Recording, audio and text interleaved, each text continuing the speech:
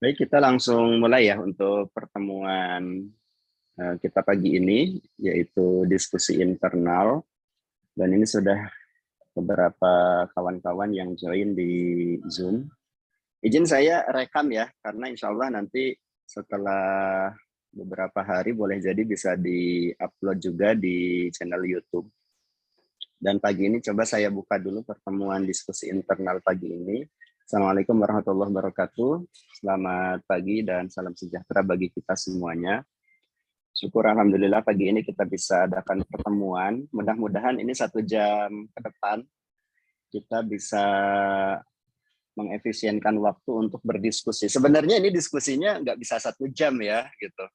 Kalau kita lihat di publikasinya itu kan Introduction to the Politics of Public Policy ya. Jadi semacam pengantar untuk politik kebijakan publik. Dan pagi ini pemantik diskusi, nanti sebenarnya yang berdiskusi tidak hanya hostnya dan pembicaranya, tapi nanti semua audiens, kawan-kawan yang gabung di Zoom ini bisa ikut berdiskusi ya, baik bertanya maupun menanggapi. Nah, jadi pagi ini kita sudah ada pemantik diskusi, Alfat Indonesia. Saya nggak tahu kenapa Indonesia, kenapa nggak Nusantara, Pak? Nama lahir dan nama panggungnya demikian. Sebenarnya namanya panjang ya, cuman kita ambil ikonnya aja, Alfat Indonesia. Karena Alfat tidak kirim CV, nanti gini Pak, di awal penyampaian perkenalkan diri dulu lah kira-kira ya. Nanti boleh jadi nanti ada relevansinya dengan topik yang sedang atau pagi ini kita diskusikan ya, berkaitan dengan politik kebijakan publik gitu. Karena menghemat waktu, tadinya ada yang mau sambutan ini, Paduka yang Mulia Ahmad Jelul Qur'ani Farid, tapi belum join. Saya kira nanti kita ini aja, skip aja gitu. Dan sebagai pengantar juga sebelum Alfat nanti langsung menyampaikan ya pemantik diskusinya. Jadi pagi ini acara diselenggarakan oleh Departemen Kebijakan Publik Ikatan Alumni Rumah Kepemimpinan yang bekerja sama dengan Center for Youth and Future Studies ya. Jadi semacam think tank, semacam tangki pemikiran untuk gagasan-gagasan yang berkaitan dengan kepemudaan maupun futurologi. Nah, kita langsung saja menyampaikan kepada Alfat untuk waktu dan kesempatan pemantik diskusinya disampaikan secara singkat aja saya kira. Dan saya berharap kawan-kawan on cam ya, kita berdiskusi saja sambil ngobrol sebenarnya. Ini untuk frame, untuk kotak berpikir kita, rangka berpikir kita memahami politik kebijakan publik. Kepada Alfat kami persilahkan. Oke Mas, mohon izin ya untuk share screen bareng Ya, teman-teman juga di silakan. sini. Oke, Assalamualaikum warahmatullahi wabarakatuh. Selamat pagi, salam sejahtera untuk kita semua. Saya Alfat, sehari-hari sebagai dosen di Departemen Politik Pemerintahan Universitas Gadjah Mada. Kemudian di saat bersamaan juga tetap tidak terhindarkan sebagai seorang aktivis, karena menjadi aktivis bukan hanya sebatas di kampus, menjadi aktivis adalah pekerjaan sepanjang hayat. Oke, teman-teman sekalian, di dalam paparan sesuai dengan TOR dan juga amanah yang diberikan kepada kami, ini terkait dengan pengantar kebijakan publik, khususnya politik kebijakan publik. Dan di sini ada beberapa outline yang kemudian akan kita bahas. Pertama dari segi objektif, kemudian pengenalan apa itu tentang politik kebijakan publik, kemudian upaya kita untuk memahami struktur politik, budaya politik, dan memahami dinamika dari stakeholder yang ada, termasuk juga bagaimana politik pengetahuan dan politik keahlian itu bermain peran di dalamnya. Kemudian kita kasih kerangka berpikir yang berkaitan dengan politik kebijakan publik, termasuk nanti terakhir kita akan diskusikan terkait dengan kasus-kasus kebijakan publik yang ada di Indonesia. Baik, di awal teman-teman sekalian, ini adalah hal yang perlu kita lihat secara lebih mendalam, bahwa tujuan utama dari adanya diskusi ini adalah berupaya untuk memberikan pengetahuan sekaligus keahlian dalam rangka bagaimana sih teman-teman menganalisa kebijakan publik terkait dengan isu-isu dan juga keputusan yang muncul.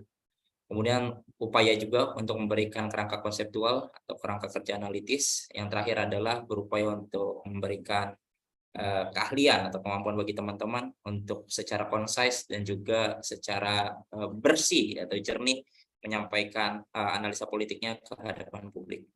Nah, di sini ada pengantar di awal, saya ngambil dari Matheson ya, judul jurnalnya itu terkait dengan Politics and Public Policy. Di sana disampaikan bahwa politik itu merupakan cara ya, bagaimana sih sebuah komunitas, sebuah masyarakat itu membuat keputusan kolektif terkait dengan isu-isu kepublikan. Dan ini menjadi hal yang perlu kita jadikan sebagai fondasi ya, fondasi bagaimana kemudian politik itu menjadi pijakan atau dasar bagi terbentuknya sebuah kebijakan publik. Jadi kata kuncinya sebenarnya adalah konsensus, konsensi di antara orang-orang yang kemudian saling beradu argumen, saling bertengkar pikiran, saling kemudian berkumpul, bermufakat kayak gitu. Itu kurang lebih intinya di sana. Dan pertanyaan ini kemudian dialamatkan setidaknya ke beberapa hal ya. Apa sih yang dimaksud sebagai politik kayak gitu. Kemudian kenapa itu eksis dan kenapa politik itu bisa mempertajam atau membentuk dari kebijakan politik itu sendiri. Jadi kalau misalnya kita merujuk kepada bukunya Miriam Budiarjo, Dasar-Dasar Ilmu Politik, disampaikan bahwa politik itu kurang lebih sebagai instrumen untuk mewujudkan tatanan masyarakat yang lebih baik kayak gitu. Ini kan cita-cita yang sangat mulia, tapi ketika kita kontekstualisasikan ke dalam kehidupan kita berdemokrasi, bernegara, berbangsa, 90% pemberitaan yang mewakili media massa, baik di media sosial atau media mainstream konvensional, itu umumnya bicara tentang politik, tetapi politik yang kemudian seringkali membuat kita itu terpecah belah kayak gitu. Jadi ada semacam paradoks nih, yang cita-citanya adalah membentuk masyarakat yang lebih baik, tetapi di saat bersamaan politik juga yang justru memecah kita. Nah, ini menjadi poin refleksi buat kita semua secara bersama-sama. Terus di sini juga disampaikan bahwa politik itu adalah cara untuk mendeterminasi atau mendominasi atau menentukan terkait dengan keputusan kebijakan publik. Dan politik ini dalam hal lain ya, itu dimaknai sebagai ideologi, sebagai keahlian atau otoritas yang dimiliki oleh individu ataupun kelompok orang. Jadi bentuk politik di dalam kebijakan itu bisa bentuknya ideologi, bisa bentuknya keahlian, expertise ya, ataupun otoritas. Itu yang harus teman-teman pahami, korelasi antara politik dengan kebijakan publik. Ada 3 macam bentuk politik di dalam kebijakan publik. Nah, kemudian juga di sini kenapa sih kita penting ya untuk menjelaskan maksud dari sumber-sumber daya politik dan kemudian kita kontraskan secara rasional kayak gitu di dalam demokrasi modern gitu. Ini juga menjadi hal yang sangat menarik. Dan di sini ada 2 jenis pemahaman yang bisa kita maknai dari politik kebijakan publik. Yang pertama dari sisi negara, kita bisa melihat bahwa ini adalah berkaitan dengan proses yang dilakukan oleh negara untuk menentukan berapa banyak sih sumber daya yang harus didistribusikan, dan kemudian bagaimana negara itu menjawab tantangan-tantangannya dengan alternatif-alternatif kebijakan yang dimiliki oleh instrumen-instrumen negara. Itu yang pertama. Jadi dari sisi pemerintah, politik kebijakan publik adalah upaya dari negara untuk mengalokasikan sumber daya dan menyelesaikan tantangan-tantangan kebangsaan. Nah, tapi dari segi masyarakat itu juga punya pemahaman yang bisa jadi berbeda.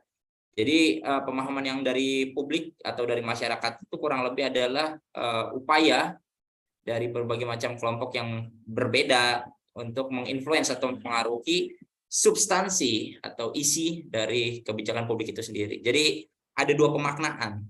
Satu dari perspektif negara, yang satu dari perspektif masyarakat. Dan dua-duanya sama-sama benar kayak gitu. Dan di sini kata kuncinya adalah bahwa politik kebijakan publik itu merupakan sesuatu yang sifatnya berproses. Dia akan terus berkembang, dia akan terus mengalami tahapan-tahapan untuk bisa lebih baik kayak gitu. Seperti halnya demokrasi, dia itu nggak statis, dia itu dinamis kayak gitu. Jadi di sini ada tahapan, ada proses-proses yang dilalui, tidak statis alias dinamis. Terus contested ya, artinya ada kontestasi pikiran, ada kontestasi gagasan, ada perdebatan, ada pertengkaran di dalam bagaimana kita menentukan kebijakan yang pas, yang tepat untuk dieksekusi. Dan yang terakhir adalah bagaimana kemudian politik kebijakan publik itu menjadi sebuah hal yang sangat penting dalam mendrive dari kebijakan publik itu sendiri. Itu pengantar yang bisa kita gunakan memahami terkait dengan politik kebijakan publik. Nah, di poin selanjutnya yang ini saya sampaikan adalah di dalam kita memaknai dan memahami cara kerja dari politik kebijakan publik, kita harus tahu nih bagaimana struktur politik dari suatu negara itu mempengaruhi hadirnya kebijakan publik di suatu negara, kayak gitu. Jadi struktur politik itu sedikit banyak akan mempengaruhi bagaimana praktik dari politik kebijakan publik. Nah, di sini poin utamanya dalam konteks Indonesia misalnya. Di sini kita berupaya nih untuk memahami konsep dari struktur politik dan bagaimana itu caranya mempengaruhi proses kebijakan itu dibentuk. Dan key features-nya di Indonesia ya, misalnya sistem pemerintahannya kita menganut presidensil. Tapi dalam perjalanannya, kalau misalnya kita melihat fakta dan realita yang terjadi, sistem presidensil di Indonesia itu nggak murni presidensil kayak gitu. Hanta Yuda ya, itu dulu Presma UGM yang sekarang jadi direktur eksekutifnya Poltreking, itu menulis skripsi judulnya Presidensialisme Setengah Hati, yang kemudian membahas dan mendiskusikan terkait dengan persoalan yang ada di Indonesia, bahwa sistem pemerintahan kita nggak murni presidensil kayak gitu loh. Itu yang menarik, dan kita bisa melihat praktik-praktik sistem pemerintahan yang menganut sistem presidensialisme di berbagai macam negara itu juga berbeda-beda kayak gitu.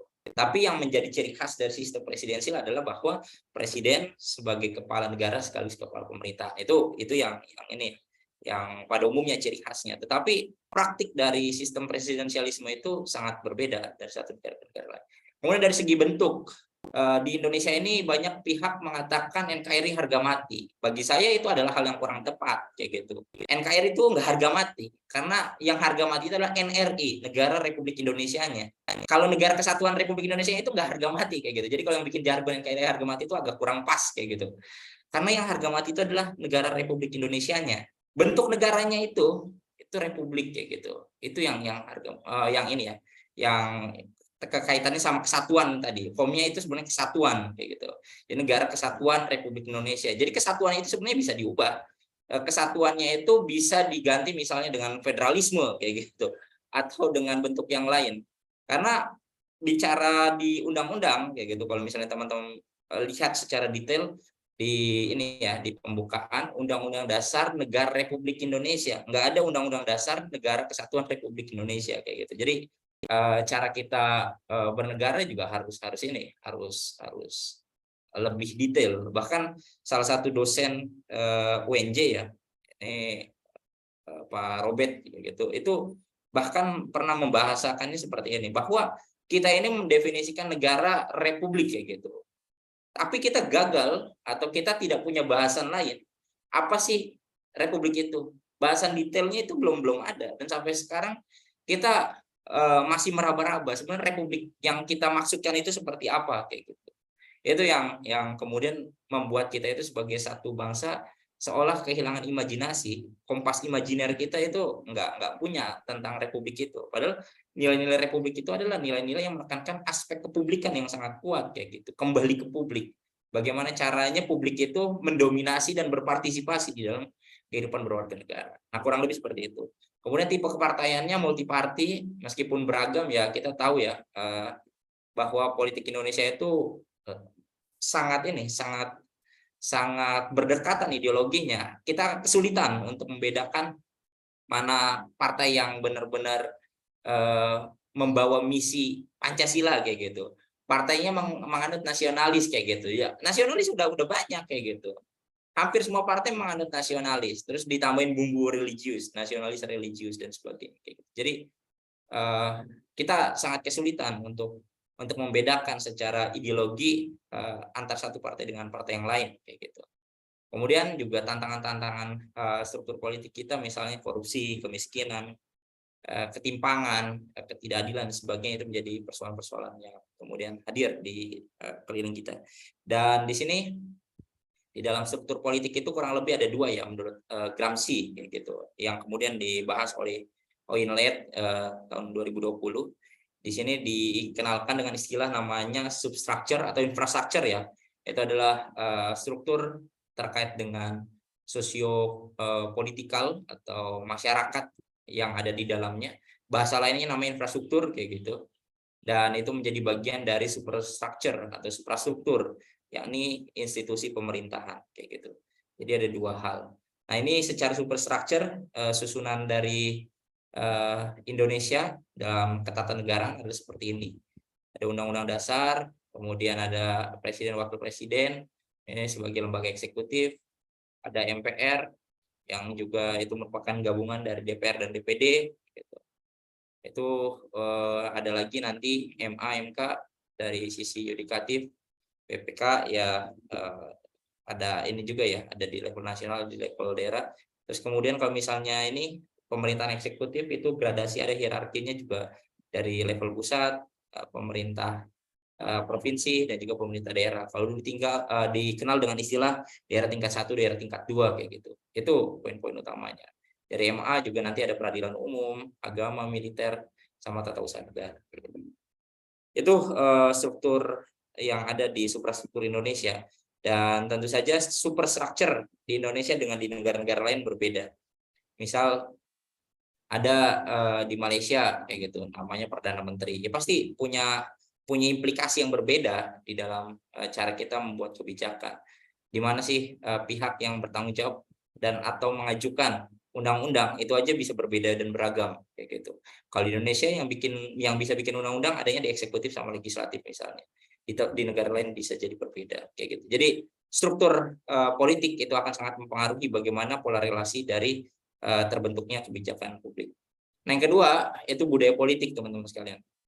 Jadi budaya politik itu dimaknai sebagai ini ya, satu set terkait dengan kelakuan, kepercayaan, nilai yang dianut oleh masyarakat terhadap sistem politik yang mereka miliki. Dan ini pakar ininya ya, pakar political culture kayak gitu, Gabriel Almond. Beliau adalah salah satu ilmuwan politik yang banyak membahas terkait dengan dinamika pemilu, dinamika politik, termasuk budaya politik. Jadi beliau yang menyampaikan demikian. Nah, kemudian beliau membagi setidaknya budaya politik itu kepada 3 hal. Pertama parokial, 2 subjek, 3 partisipan. Parokial ya ini umumnya ada di masyarakat pedesaan, mereka belum bisa merasakan hadirnya negara atau abai terhadap apa yang sudah dilakukan oleh negara kayak gitu. Jadi istilahnya mereka adalah kelompok masyarakat yang belum merasakan hadirnya negara, dan kalaupun merasakan itu rasanya nggak besar kayak gitu. Jadi dengan atau tanpa negara mereka tetap bisa hidup. Nah, subjek itu yang ciri kedua budaya politiknya itu adalah masyarakat yang kemudian sudah mulai merasakan peran negara tetapi masih berjarak dengan negara kayak gitu. Mereka hanya ingin menjadi subjek atau objek ya dalam hal atau dalam bahasa lainnya ya, menjadi objek dari pembangunan saja kayak gitu. Karena manusia bukan objek makanya disebut subjek kayak gitu. Jadi mereka itu masih menjadi subjek yang dia itu hanya menjadi bagian dari pembangunan tanpa dilibatkan lewat yang namanya partisipasi. Nah, yang paling advance itu adalah yang partisipasi. Jadi kita diberdayakan, kita diajak berpikir, kita diajak untuk bermusyawarah, kita diajak untuk saling bertukar pikiran dan sebagainya. Nah, budaya politik ini yang kemudian penting untuk kita lakukan. Nah, kemudian selanjutnya yang menarik juga adalah bagaimana kemudian sejarah, geografis, dan aspek-aspek kultural lainnya itu mempengaruhi bagaimana sebuah isu di suatu negara itu di framing kayak gitu, dikerangkai. Jadi aspek-aspek ini menjadi sangat menarik. Nanti saya akan ceritakan di example ya, di contohnya. Terus kemudian juga terkait dengan ini ya, bagaimana norma value itu bisa membentuk proses pembuatan kebijakan publik. Nah, contoh di Indonesia terkait dengan budaya politik kita, ini misalnya tentang political corruption, korupsi politik kayak gitu. Korupsi politik adalah korupsi terjahat. Nah, ini luar biasa sekali. Karena korupsi politik itu dia itu bisa bermain di dalam ranah yang sifatnya baik terbuka ataupun di pasar gelap, black market kayak gitu. Jadi ada pasar gelap kebijakan. Korupsi politik ini bisa bisa melakukan destruksi yang damage-nya itu luar biasa. Jadi dia menyelewengkan dana, terus memanfaatkan untuk mengeruk kepentingan personal atau kelompoknya kayak gitu. Terus kemudian berlaku tidak adil.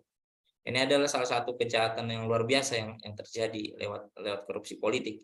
Dan ini dibaca dari segi budaya misalnya, atau dari aspek historis misalnya. Jadi dari segi budaya dan historis, budaya tentang korupsi itu misalnya diwariskan dari zaman VOC. Itu ada penjelasannya demikian kayak gitu. Ada juga penjelasannya memang masyarakat kita itu juga banyak yang gampang dipecah belah, diadu domba kayak gitu, menjadi bagian dari dari asing kayak gitu. Jadi banyak sekali hal-hal yang kemudian menarik untuk kita kaji dari perspektif, atau tergantung perspektif apa yang digunakan. Terus misalnya soal patron klien, kita ini sangat mudah untuk menemukan relasi patron klien di Indonesia. Misal kita punya senior, punya kakak tingkat yang biasa dengan sebutan bla bla bla bla bla bla kayak gitu. Ayo kakak, ayo adik kayak gitu. Dilanggengkan kayak gitu. Terus ketemu kakaknya nanti kemudian ada project nih, project apa silakan eksekusi. Terus cari project misalnya. Atau apapun lah kayak gitu. Relasi patron klien itu sangat terjadi di dunia kerja, di dunia bisnis kayak gitu, di dunia politik itu sangat-sangat mudah terjadi. Dan relasi patron klien ini membutuhkan energi yang luar biasa karena dia harus di maintenance. Kalau nggak di maintenance nanti akan lepas kayak gitu. Dan yang dijadikan kata kunci di sini adalah loyalty kayak gitu, loyalitas antar si patron sama si kliennya kayak gitu. Ini dalam banyak hal ya sesuatu yang kurang pas, kurang bagus. Karena ini akan menutup peluang hadirnya meritokrasi misalnya. Karena dia kenal dengan si ini ya udah. Terus kemudian akhirnya ya dalam tanda kutip ini akan menyebabkan penyakit penyakit politik yang kemudian terjadi di Indonesia. Beda relasinya antara dengan misalnya antara coach sama itu relasinya berbeda. Kalau patron klien itu di dalam dunia politik hampir kita sangat mudah untuk menemukannya dan sebagainya. Itu budaya politik kita yang kemudian sangat kita mudah untuk temukan di berbagai berbagai macam level. Nah, yang terakhir terkait dengan ini ya, stakeholder kayak gitu. Ini juga menjadi sangat penting untuk teman-teman pahami bahwa ada yang namanya stakeholder analysis. Ini pakai analisa power interest grid. Jadi ada 4 kolom ya, teman-teman sekalian. Itu kolom yang kiri yang keep satisfied kayak gitu. Itu adalah mereka yang punya power tinggi tetapi kepentingan terhadap suatu isunya sangat rendah kayak gitu. Maka mereka ya harus dibuat tetap dapat tetap dijaga relasinya. Kenapa? Karena keputusan publik yang kemudian dihadirkan oleh stakeholder ini, meskipun mereka nggak punya kepentingan besar, tetapi dengan power yang mereka miliki, mereka bisa menentukan hasil akhirnya kayak gitu. Ini ada kelompok yang demikian. Dia nggak punya kepentingan secara langsung kepada kita, nggak begitu banyak berkutat, tapi kalau misalnya mereka berbicara atau mereka kemudian memberikan informasi atau mereka menyampaikan pendapat kayak gitu, itu pendapatnya itu hampir pasti diterima karena powernya tadi. Itu harus dijaga, namanya keep satisfied kelompok-kelompok ini. Orang-orang yang harus dijaga puasannya kayak gitu. Terus kemudian manage closely. Nah, ini orang yang harus banget kita jaga. Karena apa? Karena mereka itu punya power besar dan punya kepentingan yang besar. Ini harus kita jaga banget. Kita tempel kayak gitu orang-orang seperti ini. Karena kalau nggak di maintenance dengan baik, orang nggak nggak dapat hospitality yang baik kayak gitu, nggak dapat treatment yang baik, orang ini akan merusak, akan damage-nya besar buat kita. Kerugian yang kita miliki pasti akan sangat besar. Nah, ada orang-orang yang misalnya di level interest-nya tinggi, tapi kemudian dari segi power-nya rendah. Ini adalah orang-orang yang perlu diinformasikan saja. Jadi diberikan pemahaman, diberikan informasi yang pas kayak gitu.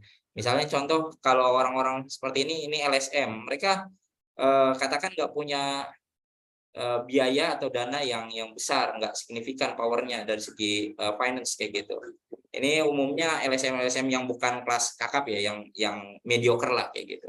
Tapi mereka terhadap isu tertentu, isu lingkungan misalnya, isu politik, isu HAM kayak gitu, mereka cukup concern karena mereka mainnya atau basisnya ada di sana kayak gitu. Jadi mereka harus tetap dijaga lewat informasi-informasi. Jangan biarkan mereka pulang tanpa adanya informasi dari kita atau respon dari kita kayak gitu, karena mereka juga bisa mengganggu kita dengan interestnya tadi kayak gitu. Itu yang harus kita lihat ya, jadi tetap informasikan kepada mereka. Nah yang terakhir ini adalah orang yang nggak punya power begitu besar dan nggak punya kepentingan begitu besar. Bukan berarti kita harus meninggalkan mereka kayak gitu, tapi kita tetap memperlakukan mereka sebagai stakeholder, hanya saja monitor aja, dimonitor. Monitor itu cuma dipantau aja lah kayak gitu. Kalau misalnya biasa-biasa aja, ya biasa-biasa aja, nggak perlu terlalu keras, nggak perlu terlalu apa ya, protektif kayak gitu. Kita pantau aja, kita lihat saja.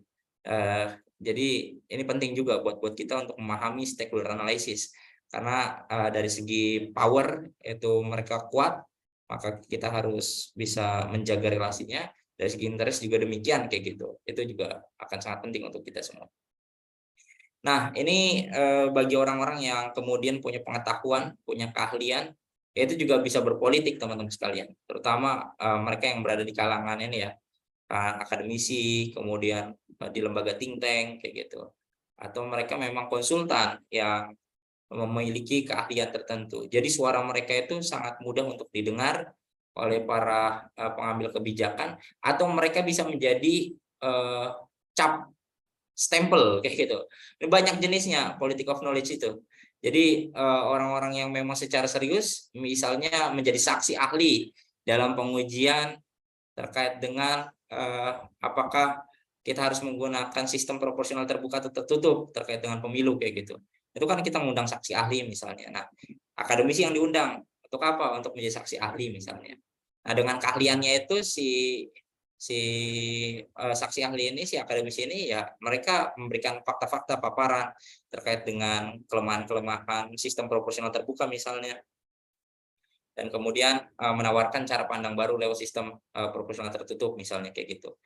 Tapi sebagian pihak juga takut atau merasa bahwa ketika sistem proporsional tertutup itu akan membuat partai politik semakin jauh dari publik, karena tokoh-tokoh yang kemudian akan dihadirkan di dalam parlemen itu kita nggak tahu, ibarat beli kucing dalam ini ya, dalam karung kayak gitu.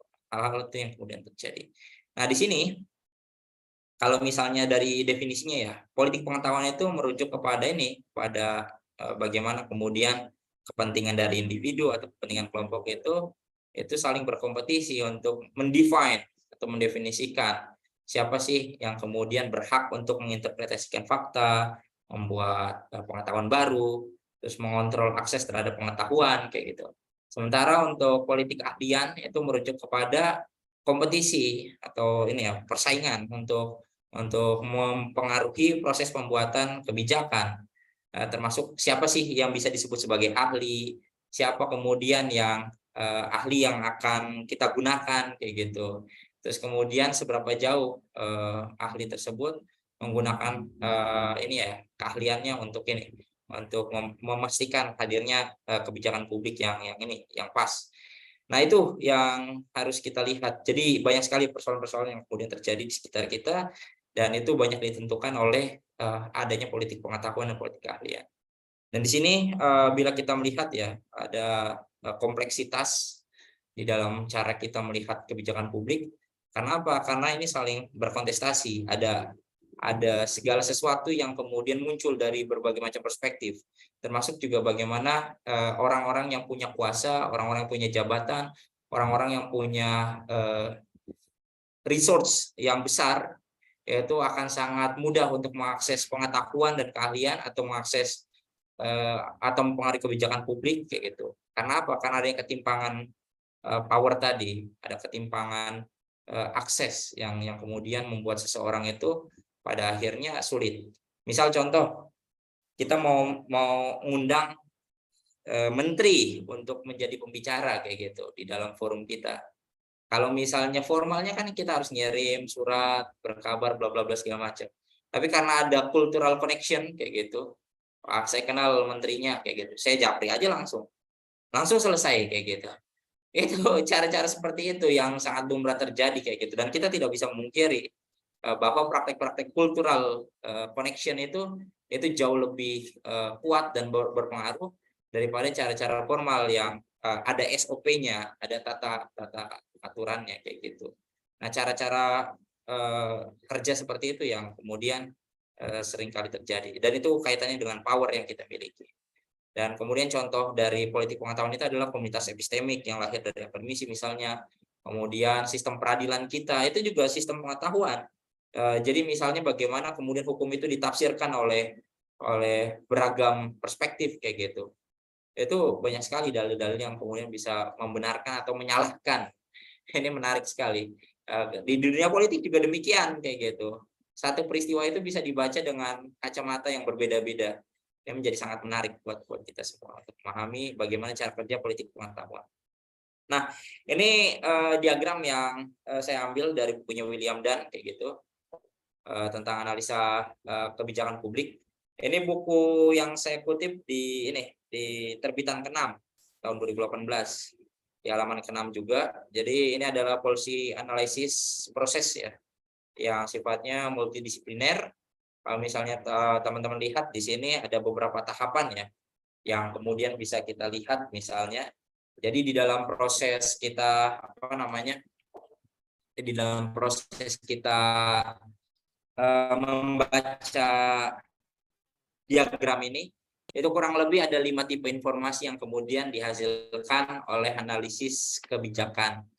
Yang pertama itu adalah terkait dengan policy ini ya, policy problem yang ada di tengah atau di intinya kayak gitu, dan dia terhubung dengan policy feature kayak gitu dan sebagainya. Jadi di policy problem ini adalah terkait dengan nilai, kebutuhan atau kesempatan yang belum terpenuhi yang kemudian bisa kita identifikasi untuk kemudian diperbaiki atau dicapai di periode berikutnya melalui kebijakan publik kayak gitu. Jadi dari policy problem ini kita menemukan kira-kira apa sih yang menjadi kendala, hambatan, persoalan, tantangan dari masyarakat kita kayak gitu. Dan kemudian kita nanti masuk ke problem structuring kayak gitu. Jadi problem structuring ini ya upaya untuk menstrukturisasi permasalahan-permasalahan yang ada supaya lebih pas kayak gitu. Jadi problem structuring itu yang jadi poin ini ya, bagaimana kemudian permasalahan terkait dengan kebijakan publik itu dilihat. Kemudian tipe informasi yang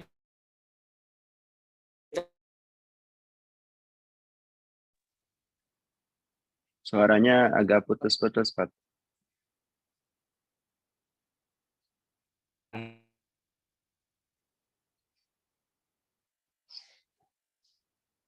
kira-kira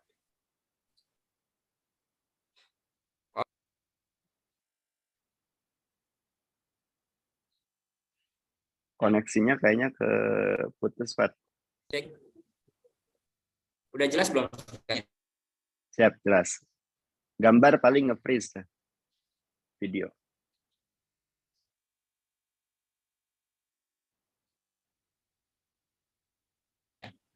Cek.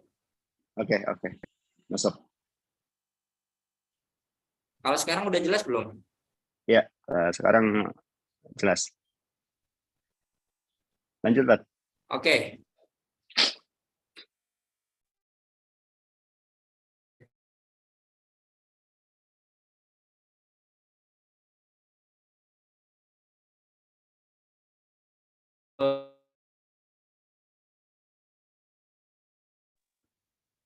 Putus lagi, Pak, suaranya, Pak. Saya masih putus saya, Bang. Iya, betul.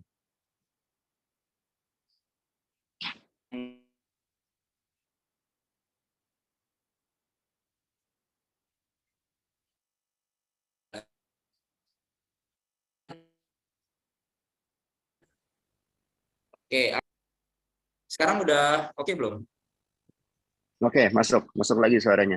Oke, ini ya videonya dimatiin dulu. Siap, Kayaknya ya. sinyalnya lagi kurang bagus.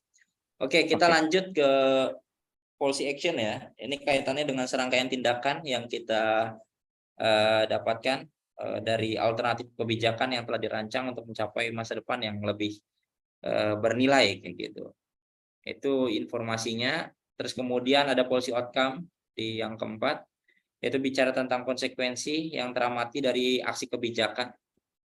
Terus kemudian yang terakhir adalah policy performance, itu adalah derajat pencapaian dari nilai dan hasil kebijakan yang kemudian kita lakukan. Nah, di sini juga kita perlu melihat prosedur analisisnya. Tadi kan tipe informasi yang kita dapatkan, yang depannya policy ini, policy performance, policy future, policy action kayak gitu, policy outcome sama policy problem. Nah, kalau dari segi prosedurnya kita bisa mulai sebenarnya dari problem ini, structuring. Ini perumusan masalah seperti yang tadi saya bilang kayak gitu. Ini penting bagi kita dalam rangka apa? Dalam rangka untuk melihat apa sih situasi yang menyulitkan kita, situasi yang membingungkan, kayak gitu. Yang kemudian pada akhirnya situasi-situasi sulit tadi itu kita identifikasi, kita inventarisasi. Kemudian selanjutnya ada forecasting atau peramalan.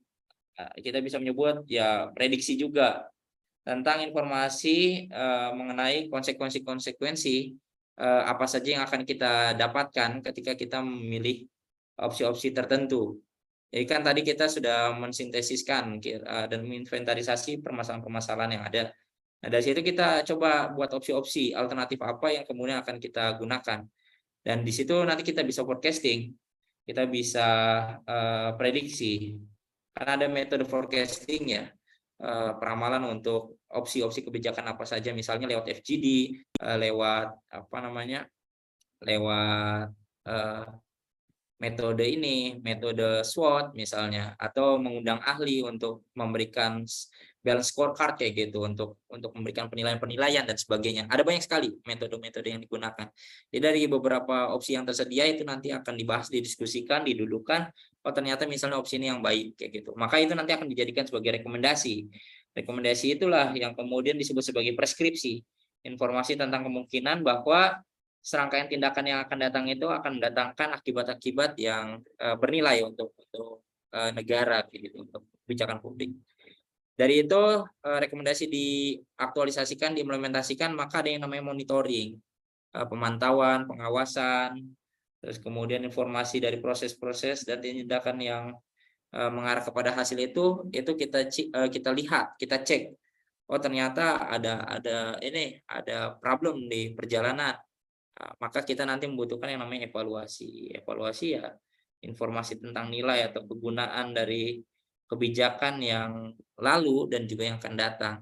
Jadi evaluasi itu kalau saya baca ya di sini misalnya ada ini, siklus ini sebenarnya bisa dibaca dari dua hal.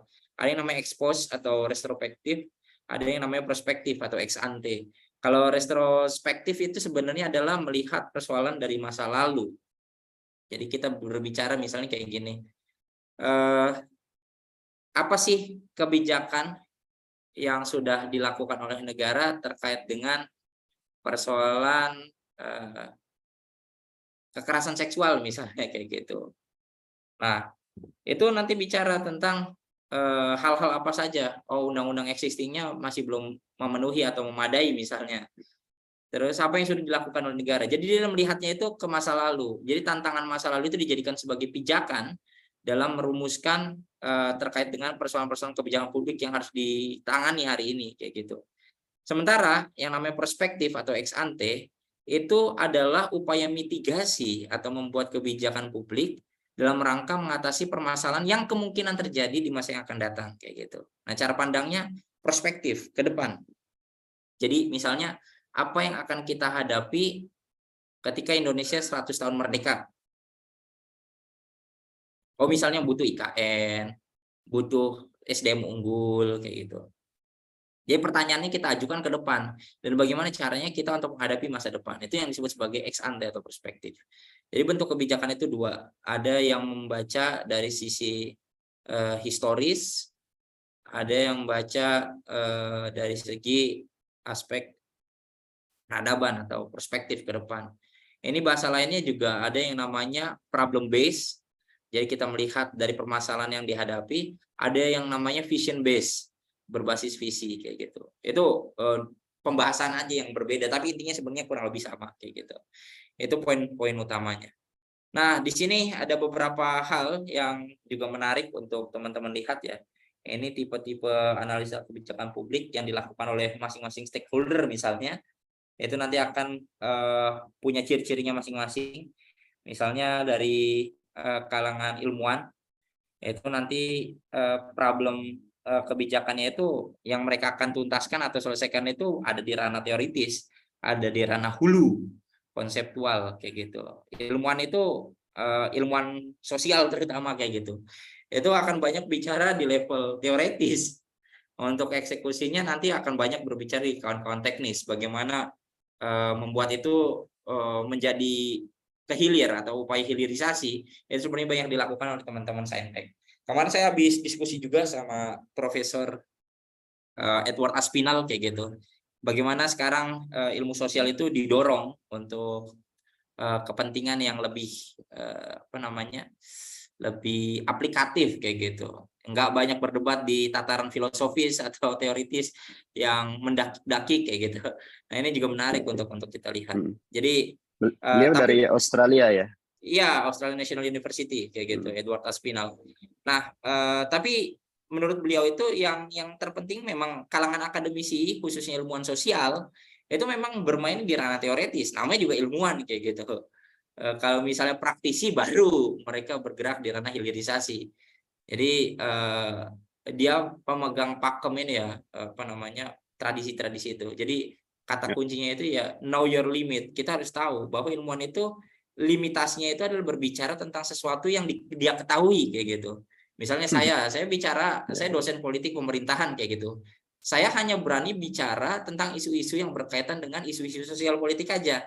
Saya nggak berani bicara banyak tentang hukum, saya nggak berani bicara banyak tentang pertanian, kehutanan kayak gitu. Tapi kalau bicara tentang sosial politik, saya akan berupaya kayak gitu untuk melihat itu semua kayak gitu untuk bisa mendiskusikannya. Jadi kita harus tahu limitasi kita dan expertise kita dan berhentilah berbicara terlalu banyak tentang hal-hal yang tidak kita ketahui kayak gitu. Itu pembelajaran atau ini ya poin utama dari diskusinya. Terus kemudian yang juga tidak kalah menarik ya di sini misalnya tentang motivasinya ya mencari teori baru misalnya, terus kemudian perbaiki regulasi yang ada dan juga mencari kebenaran. Jadi ada kepuasan tersendiri misalnya dari seorang ilmuwan itu untuk menjawab tantangan-tantangan sosial dengan cara apa? Mencari kebenaran kayak gitu. Itu menarik banget motivasinya. Terus pendekatannya pendekatan saintifik misalnya, objektif, pure analitik kayak gitu. Itu objektif yang di sini maksudnya ya inilah pakai prinsip behavioralism kayak gitu. Ada keberjarakan dengan subjek atau objek yang kita teliti kayak gitu. Terus kemudian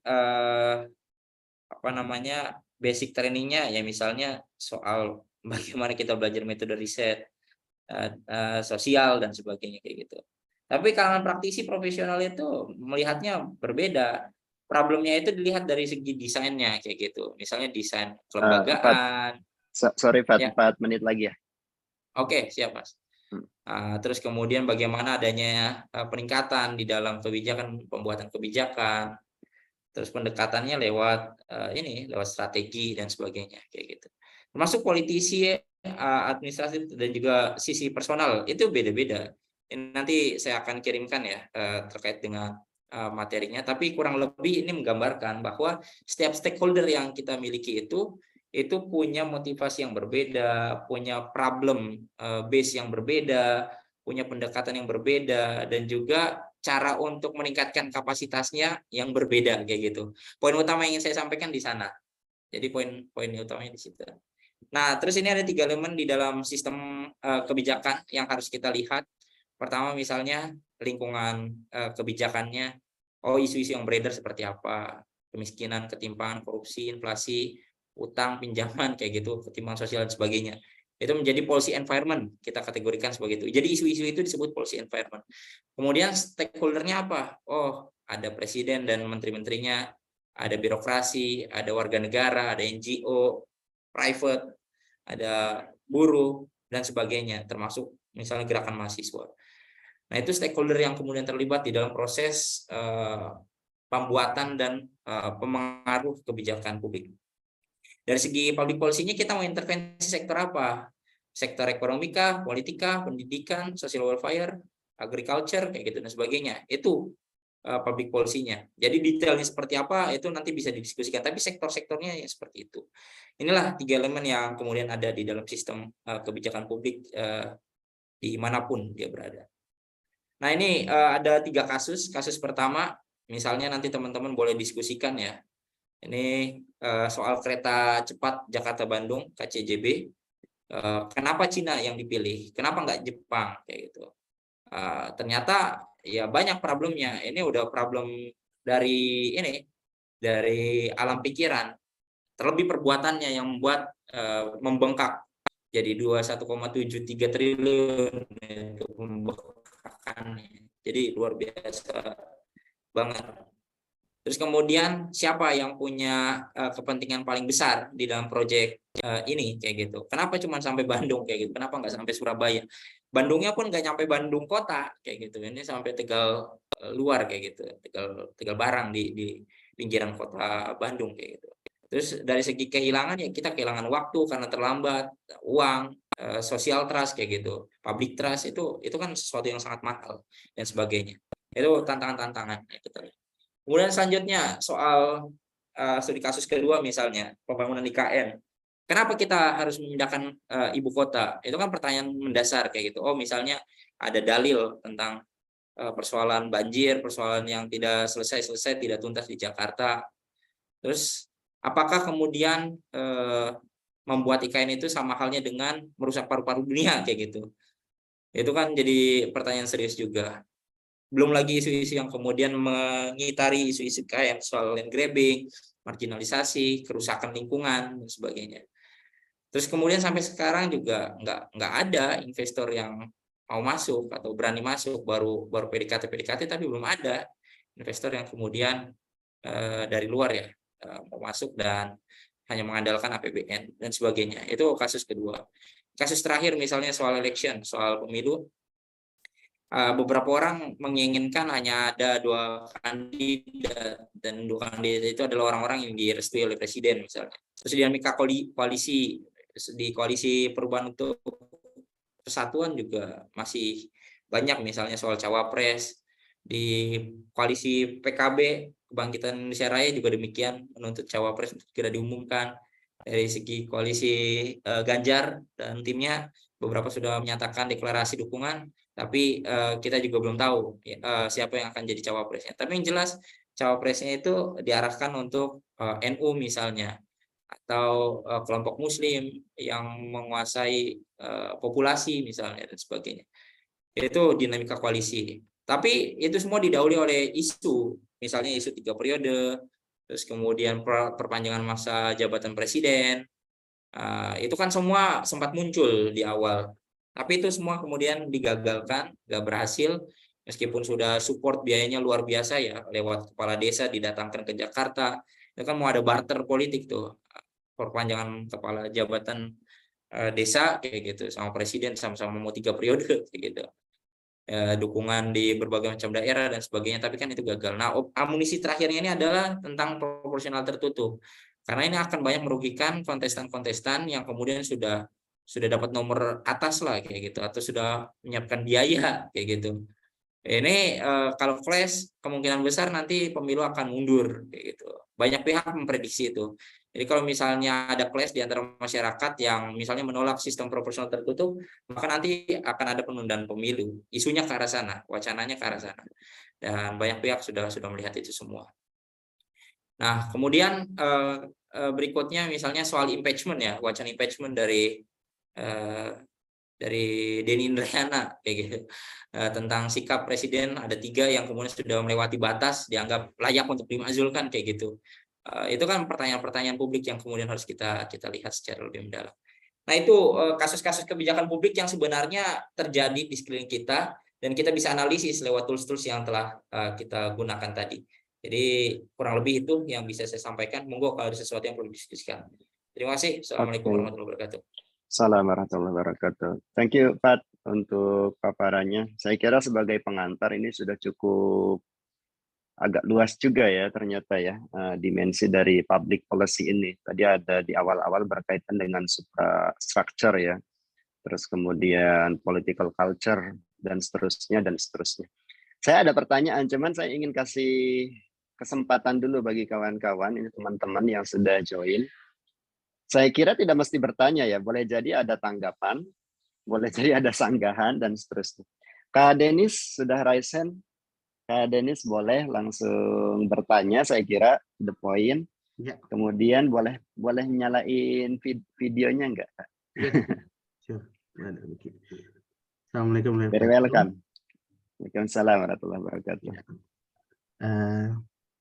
Thank you for Brother Alfat for sharing the PowerPoint. It's really beneficial for me because to be honest, I don't like politics because it's just not for me. But actually in our life, we of course have something that relates to the politics. When you mention about some people who attach the politics, some people who don't attach the politics, I used to be someone who don't really want to attach with politics, but it really relates to our life, especially today.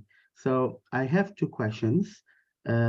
When you talk about MPR, Presiden, DPR, when you show about the diagrams, I just want to ask. Suprastruktur ya. Yeah, superstructure. When you mentioned about that, so my question is this one, Brother Alfat. Last time I saw that Luhut Binsar Panjaitan got criticized by Pak Yayan Haris. Yes. So and LBP is one of the minister too, and some people said that we cannot criticize president.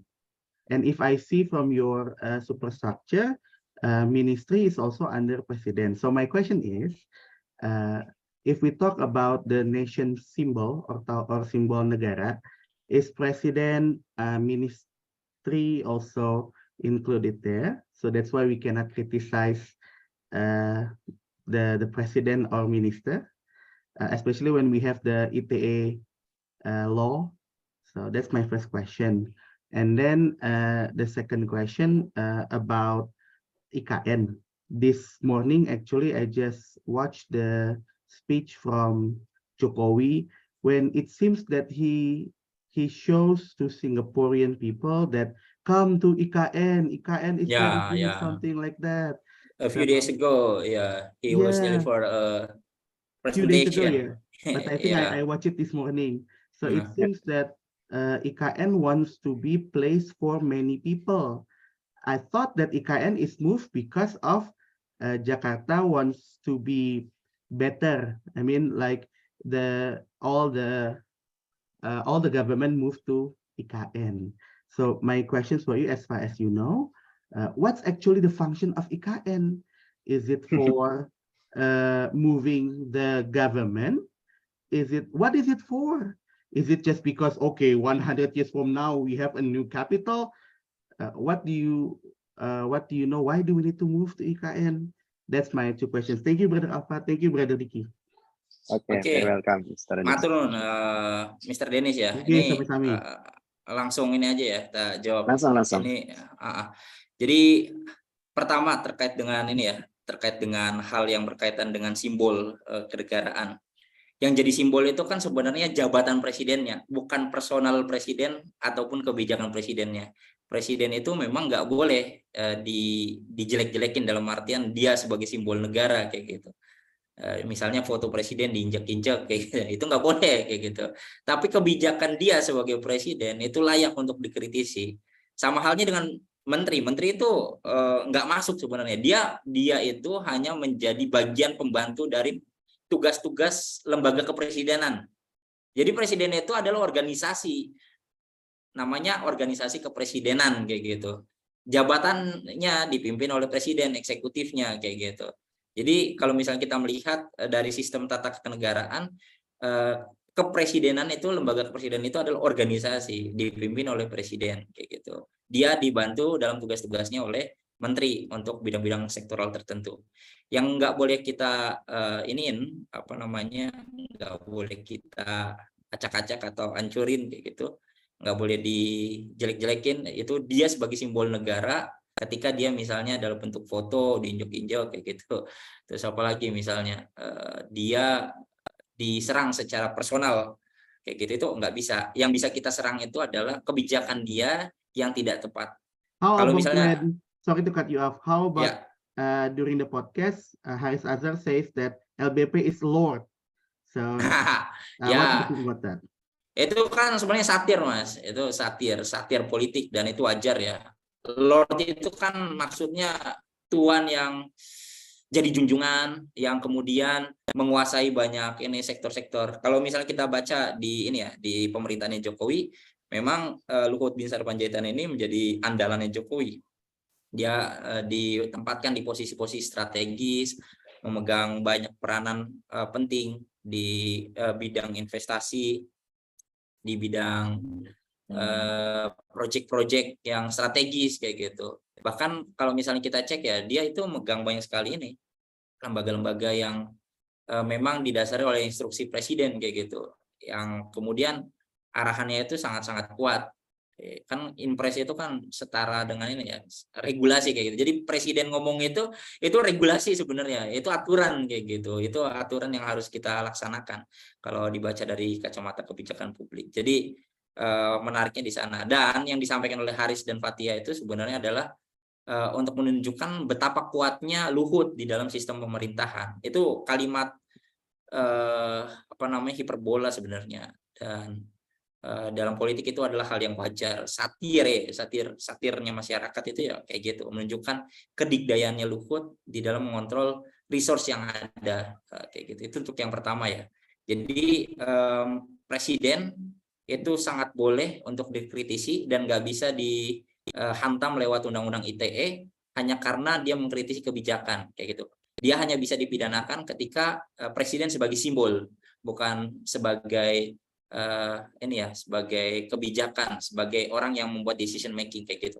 Itu dua hal yang berbeda. Nah, terkait dengan IKN kayak gitu, kalau misalnya saya baca dokumen-dokumennya termasuk juga regulasi yang menyertainya, tujuan utama dari terbentuknya IKN itu sebenarnya adalah ingin membangun Indonesia sentris. Jadi Indonesia sentris ini adalah upaya bagaimana pemerataan ekonomi itu dihadirkan, terus kemudian ada upaya untuk membuat kota yang lebih berkemajuan, berkeadilan, kayak gitu. Kota yang layak huni, dan ingin membawa misi ke depan Indonesia punya transformasi tata kelola perkotaan dunia kayak gitu. Itu tiga hal yang utama dan terus-menerus dikumandangkan di berbagai macam post IG-nya ikn.go.id sama di regulasinya kayak gitu. Kurang lebih seperti itu. Nah, fungsinya udah oke kayak gitu. Kalau saya lihat itu kan Indonesia itu jago banget lah untuk buat dokumen-dokumen yang hyperbolik, yang kemudian sangat bombastis kayak gitu. Tapi kita itu seringkali lemah di ranah eksekusi atau ranah implementasi. Karena apa? Karena ada barrier tadi, ada hambatan yang kemudian muncul di perjalanan. Entah lewat misalnya adanya pungli kayak gitu. Terus kemudian bla bla bla segala macam. Nah, ketika ini memang nggak ditawarkan saat janji kampanye dan muncul di perjalanan, itu nggak masalah sebenarnya. Karena banyak juga hal-hal yang kemudian direncanakan itu tidak dieksekusi di perjalanannya. Itu dua hal yang menurutku nggak masalah, dan itu fine-fine aja di dalam di dalam sistem pemerintahan. Nah, persoalannya itu adalah terkait dengan etis atau enggak. Ini kan kita bicara tentang etika lingkungan misalnya, kayak gitu. Ini paru-paru dunia kayak gitu. Dengan tanpa adanya IKN aja sebelumnya itu sudah rusak kayak gitu, sudah berkurang. Bagaimana dengan adanya IKN nanti yang kemudian secara etis itu pasti akan membuat lingkungan kita akan semakin problematis. Di daerah di daerah IKN, daerah intinya ya, misalnya di daerah tol, saya pernah ke sana, saya agak lupa namanya kok tiba-tiba, dekat daerah Bukit Suharto sana lagi, Sepaku kayak gitu misalnya.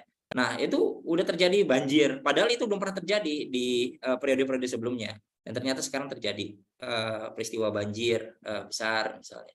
Terus kemudian orang hutan masuk jalan tol kayak gitu. Itu kan ada persoalan etika lingkungan yang kemudian diterabas. Kenapa kita nggak menggunakan lahan yang ada kita perbaiki? Atau apakah Jakarta memang sudah separah itu sehingga kemudian harus direlokasi kayak gitu? Kebetulan tema disertasiku yang ini buat S3 bahas tentang IKN. Jadi sedikit banyak kemarin meneliti soal itu semua kayak gitu. Jadi arahnya ke sana. Ada persoalan etika lingkungan yang kemudian diterabas. Kemudian dari segi sistem perencanaan berkelanjutan itu juga belum memenuhi aspek-aspek itu semua. Karena apa? Karena yang paling besar nanti akan menentukan IKN ini berhasil atau enggak, itu nanti ternyata adalah investasi kayak gitu. Kalau investornya misalnya dijanjikan akan berjangka 180 tahun kayak gitu. Kita belum tentu nih Republik ini akan bertahan sampai 180 tahun atau enggak kayak gitu.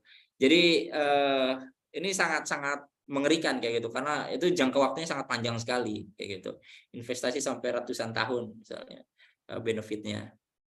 Bahkan yang kayak kasus Freeport aja kan kita udah ini. Kemarin di Komisi 7 misalnya soal sebuah smelter yang nggak bisa bahasa Indonesia kayak gitu, yang disemprit sama Edi Supono kayak gitu. Itu sesuatu yang menarik juga untuk kita lihat. Jadi mereka bicara di RDP tapi nggak bisa pakai bahasa Indonesia kayak gitu. Itu hal-hal yang terjadi secara luar biasa terjadi di sekeliling kita. Jadi kalau ditanya fungsinya ya sebenarnya adalah untuk 3 hal tadi, Indonesia sentris, terus ekonomi yang lebih berkeadilan sama transformasi kota dunia kayak gitu. Tapi kalau misalnya kita lihat terkait dengan fakta-fakta di lapangan dan realita di balik itu semua, saya kira yang jadi problemnya itu adalah soal tadi etika lingkungan, soal kerusakan paru-paru dunia, soal regulasi yang diterabas, soal marginalisasi, soal indigenous people yang kemudian diabaikan kayak gitu dan sebagainya. Nah, itu hal-hal yang perlu difikirkan. Terlebih investasinya itu akan sangat banyak menggantungkan pada yang namanya APBN. Ini kan problematik kayak gitu. Coba deh teman-teman jeli dikit. Misal kita lihat utang Jokowi 7.000 triliun, bilang banyak bangun jalan tol segala macam kayak gitu, infrastruktur. Tapi kalau misalnya infrastruktur itu semua asalnya dari utang kayak gitu dan utangnya itu nggak beneficial buat masyarakat, malah justru jadi beban negara kayak Bandara Kertajati misalnya. Bandara-bandara kan banyak yang sepi tuh, udah dibangun banyak-banyak tapi sepi, nggak bermanfaat, nggak berguna kayak gitu. Nah, itu yang harus kita lihat. Jadi ada persoalan ambisi untuk menjadi negara maju dengan infrastruktur yang memadai, yang canggih kayak gitu. Tapi tidak ditopang. Maaf dipotong sedikit aja. Mungkin nggak Ya, IKN boleh. batal? Mungkin nggak IKN batal? Kalau saya melihat sistem regulasinya itu sebenarnya sekarang sudah diperkuat ya, sudah mulai diperkuat kayak gitu. Jadi kayak presiden ini udah masang kaki-kaki di mana-mana kayak gitu untuk memastikan IKN itu akan tereksekusi. Tapi bagi saya ya yang belajar politik, segala hal itu sangat mungkin dalam dunia politik. Meskipun hanya 0,0001% kayak gitu. Jadi meskipun sudah ada regulasi, sudah ada ini segala macam, tapi itu akan sangat mungkin untuk bisa dibatalkan. Ini tergantung daripada siapa presiden yang akan melanjutkan. Dan makanya presiden cawe-cawe itu kaitannya juga salah satunya adalah terkait dengan proyek-proyek infrastruktur yang belum tuntas kayak gitu. Dia harus bisa memastikan bahwa presiden itu nggak kena implikasi dari proyek pembangunan yang kemudian dianggap gagal ya dalam tanda kutip kayak gitu. Kalau misalnya persoalkan misalnya soal kereta api cepat, soal bandara, soal proyek-proyek infrastruktur yang ini ya kita lihat lah kayak gitu. Jadi persoalan-persoalannya panjang kayak gitu. Jadi kalau saya lihat kalau dari segi eksekusi ya tereksekusi kayak gitu. Tapi kalau misalnya kemungkinan batal sangat kecil kayak gitu. Tapi ya kita harus membuka peluang itu untuk dunia politik. Itu aja sih yang saya lihat ya. Oke, thank you, Fat. Ini waktu habis, cuman boleh nggak ngasih satu kesempatan lagi? Boleh Mas. Tapi agak cepat. Agak cepat. Ini Alfat mau langsung jalan. Satu orang silakan. Terakhir ini, ada yang mau ngasih tanggapan? Tanya Fat. Silakan. Boleh. Ini Oja nih, jauh-jauh dari India. Silakan. Thank you Fat. Ini sharing menarik paginya luar biasa. Gue masih jam 8 jadi masih baru-baru melek juga kan.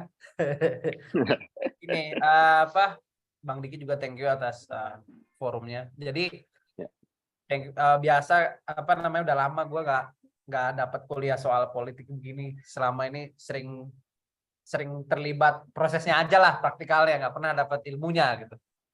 Thank you, Fat. Nah, cuman yang gue tanya gini, dunia kebijakan publik ini kan kalau dalam sebenarnya kan eksekutornya kan bisa kita bilang pemerintah ya, atau eksekutif. Nah, sedangkan sebenarnya eksekutif dalam melaksanakan itu perlu riset sebenarnya kan. Ya kan. Nah, selama ini sebenarnya fenomenanya itu sekuat apa sih kebijakan yang dibangun di Indonesia terutama itu berbasis riset dan sedalam apa gitu. Karena setahu gua banyak riset itu dibuat tendernya, banyak tender riset jalan, tapi banyak juga tender riset yang kesannya setengah hati juga gitu loh. Nggak 100% juga gitu. Itu tender keluar ya mungkin hanya untuk formalitas saja. Ya, Justifikasi untuk Ya justifikasi. gitu. cap stempel tadi saya bilang. Habisin dana aja di akhir di akhir masa anggaran gitu kan. Nah, itu yang gua rasa nggak melihat gitu sama ya nggak cuma presiden yang sekarang aja ya menurut gua, tapi kita juga bisa bahas ke depannya gitu. Gimana riset ini ya kebijakan publik ini bisa relate sama riset secara lebih terstruktur gitu. Kayak case-case yang kita bahas tadi kayak IKN dan kereta cepat segala macam ini kan sebenarnya fenomena ketika riset tidak terlalu dipertimbangkan dengan baik menurut gue ya. Karena IKN itu kan kalau menurut gue lingkungannya udah berantakan. Das yang di wilayah IKN itu kan juga belum jelas sebenarnya. Bakal IKN itu bakal aman dari banjir atau enggak kan juga belum jelas gitu loh. Jadi menurut gue sih, gue pengen tahu itu Pak dari pengalaman lo kacamata sebagai dosen UGM, berkecimpung dengan kenalan-kenalan di sisi akademik itu sebenarnya sekuat apa sih keterlibatan riset gitu ya dalam kebijakan publik Indonesia? Ya, kalau pengalaman komparasi ya dari Indonesia Inggris misalnya, Indonesia ya negara develop kayak gitu, sementara Inggris kan negara advance. Dan di Indonesia ya yang jadi problem dari kita itu kita biaya riset sangat minim. Kampus aja kalau misalnya mau cari dana hibah kayak gitu, selain dana hibah yang dikembangkan oleh fakultas dan kampus kayak gitu, itu sangat sulit. Kita mau ke BRIN nih, misalnya aku riset sama BRIN sekarang, BRIN punya total dana 200 juta kayak gitu, dikurangin jadi 150 misalnya. Terus 150 pun ternyata itu nggak cukup untuk membiayai riset yang sebenarnya nilainya itu lebih besar, malah justru kampus harus ngambil lagi kayak gitu. Jadi kita membayangkan BRIN itu kan harusnya menjadi ini ya, menjadi magnus opumnya dari riset Indonesia kayak gitu. Tapi pada eksekusinya ternyata BRIN pun kesulitan dalam mendanai operasionalisasi riset mereka. Kan beberapa waktu lalu ada yang viral tuh, periset BRIN kesulitan untuk melakukan riset karena nggak ada dana kayak gitu. Ini kan menyedihkan. Padahal udah comot sana comot sini membentuk institusi yang lebih besar kayak gitu. Tapi dari segi pendanaan risetnya sangat terbatas. Itu yang pertama ya. Jadi kita ada kegagapan di dalam melihat tata kelola riset di Indonesia. Karena semua dicomot sana sini udah jadi BRIN. Tapi ketika jadi BRIN pun keberatan nih karena gerbongnya terlalu banyak. Engine-nya itu masih pakai engine motor bebek kayak gitu, nggak jalan kayak gitu, nggak kuat. Apalagi yang mendrive itu semua nggak punya kapasitas yang memadai untuk menghasilkan evidence based research kayak gitu. Itu yang aku lihat ya dari ini, dan itu fakta yang harus kita akui. Itu yang pertama. Nah, yang kedua, kalau misalnya kita compare lagi dengan negara-negara negara-negara maju misalnya ya, di sana itu think tank itu hadir. Di Indonesia coba think tank yang benar-benar think tank yang bisa memberikan rekomendasi kepada pemerintah itu think tank apa kayak gitu. Aku malah lebih senang melihat CSIS ketika dia berkontribusi di dalam pembangunan negara Orde Baru kayak gitu. Iya, di Orde Baru ya betul. Kayak gitu loh. Ada kontribusinya kayak gitu. Itu yang memainkan peran paling signifikan.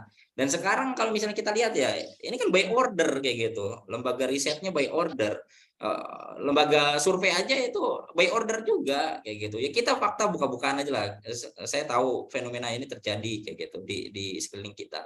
Dan saya juga beberapa kali ikut riset, kita tahu bahwa misalnya ada riset yang sebenarnya riset yang beneran riset, ada riset yang sebenarnya hanya menjadi cap stempel aja. Ya wis lah, kita bikin dokumennya dalam rangka untuk memenuhi salah satu checklist kayak gitu. Jadi riset itu hanya menjadi checklist, nangkep nggak? Di dalam persyaratan misalnya untuk melakukan proses pembuatan kebijakan tertentu kayak gitu. Jadi riset itu bukan sebagai evidence based, tapi hanya sebagai checklist kayak gitu. Nah, yang ketiga misalnya yang saya lihat lagi yang jadi problematis, misalnya kualitas riset ya. Sebenarnya dari segi kualitas oke lah, beberapa riset udah oke kayak gitu. Tapi kira-kira mau nggak pemerintah melakukannya? Contoh sederhana ya, karena aku cukup concern ke isu Papua beberapa tahun belakangan ini. LIPI itu udah bikin Papua Roadmap, udah bikin frameworknya tentang Papua Roadmap. Itu ada 4 dia identifikasi the roots of problem di Papua. Tapi apakah 4 problems itu sudah di-tackle sama pemerintah sampai saat ini? Belum kayak gitu. Padahal mereka LIPI kayak gitu, BRIN sekarang. Apakah riset yang mereka keluarkan itu enggak evidence based kayak gitu? Sangat evidence based kayak gitu. Pengalaman mereka ke Papua itu udah luar biasa. Tapi ketika kita melihat, oh ternyata yang lemah itu political will gitu. Nah ini yang jadi problem kita juga. Nah yang terakhir untuk menyikapi soal ini ya, banyak riset-riset abal-abal atau odong-odong kayak gitu. Yang tadilah akhir tahun anggaran itu cuma buat keluarin uang, ada yang setengah hati, segala macam. Ya inilah, ini perlu kesadaran kolektif yang besar ya dari kita semua. Dan persoalan semacam ini hanya bisa dilakukan lewat leadership yang oke. Jadi R&D-nya naik, research and development-nya biayanya itu naik kayak gitu. Sama dari segi mendorong evidence based research itu harus dimulai dari harmonisasi dan perbaikan dari tata kelola BRIN itu sendiri kayak gitu. Kalau misalnya memang BRIN itu adalah lokomotif dari risetnya Indonesia, maka dia misalnya harus punya kekuatan yang memang layaknya think tank lembaga sosial kayak gitu loh. Jadi sekarang kan BPPT, LIPI, 8 segala macam, wah ini engine-nya ini pakai motor bebek kayak gitu, susah gitu untuk ini. Ya gitulah, problem-problem kita itu ada banyak. Cuman itu beberapa yang saya sampaikan ya terkait dengan persoalan-persoalan kita. Oke, thank you, Pat. Cukup, Jan? Cukup Bang, makanya itu sebenarnya aku ingin membuat ini aja sih, bridging aja dari diskusi dosen kita bahwa adanya kita ini mau inisiasi CYPF ini kan sebenarnya kesana juga arahnya sebenarnya Bang ya. CFYS, CFYS. CYPF ya. CYFS, sorry. Nah itu bagus juga tuh kata Kamili. Yang di Inggris juga memang ini di kasus Inggris misalnya banyak lembaga-lembaga swasta itu yang memang jadi pendonor kayak gitu, jadi pendonor ya. Lembaga swastanya aja kekuatannya kayak gitu, nggak harus bergantung sama negara. Mereka misalnya membuka kesempatan untuk hibah riset, untuk kolaborasi riset kayak gitu. Kalau ke Indonesia masuknya lewat apa? TIFA, kemitraan, bla bla bla tuh, UNDP, banyak kan sebenarnya ke sana. Jadi gitulah. Kita masih terlalu lemah untuk ke sana. Oke. Thank you Fat ya udah join ini untuk diskusi pagi ini. Walaupun pada ujungnya memang menyisakan persoalan ya. Jadi saya tidak akan menyimpulkan sesuatu, tetapi ini hal yang menarik. Memang public policy, kebijakan publik di Indonesia ini cenderung ada fenomena decision before studies ya. Jadi sudah ditetapkan, nanti justifikasi ilmiah itu belakangan dipesan gitu. Jadi hanya untuk memenuhi syarat administratif. Nah ini jadi hal yang menarik untuk nanti next diskusi ya atau diskusi berikutnya yang berkaitan dengan isu-isu yang mungkin lebih spesifik karena pagi ini kita hanya pengantar. Walaupun baru pengantar ini udah ada yang nanya gini nih, ini Zaim nih. Apa mungkin gitu kan decision ataupun keputusan-keputusan pembangunan Pak Jokowi di kemudian hari malah ada semacam apa namanya itu semacam problem belakangan gitu. Ini katanya pertanyaannya memungkinkan nggak nanti Pak Jokowi dipenjara gitu kalau ada kasus-kasus yang berkaitan dengan peninggalan pembangunannya. Saya kira pertanyaan ini ekstrim, tetapi tidak perlu dijawab pagi ini ya. Ini sangat dimensional dan nanti kita akan diskusikan lebih lanjut dengan isu-isu public policy, kebijakan publik berikutnya. Thank you Pak, pagi ini kita tutup Siap, Bang. Untuk diskusi pembuka pagi ini. Dan nanti video juga akan coba di-upload bagi yang nanti ingin melihat kembali rekaman video ini di CYFS ya, Center for Youth and Future Studies channel. Assalamualaikum warahmatullahi wabarakatuh. Sampai ketemu di pertemuan diskusi berikutnya. Thank you, teman. Ini kita nggak ada foto bareng dulu.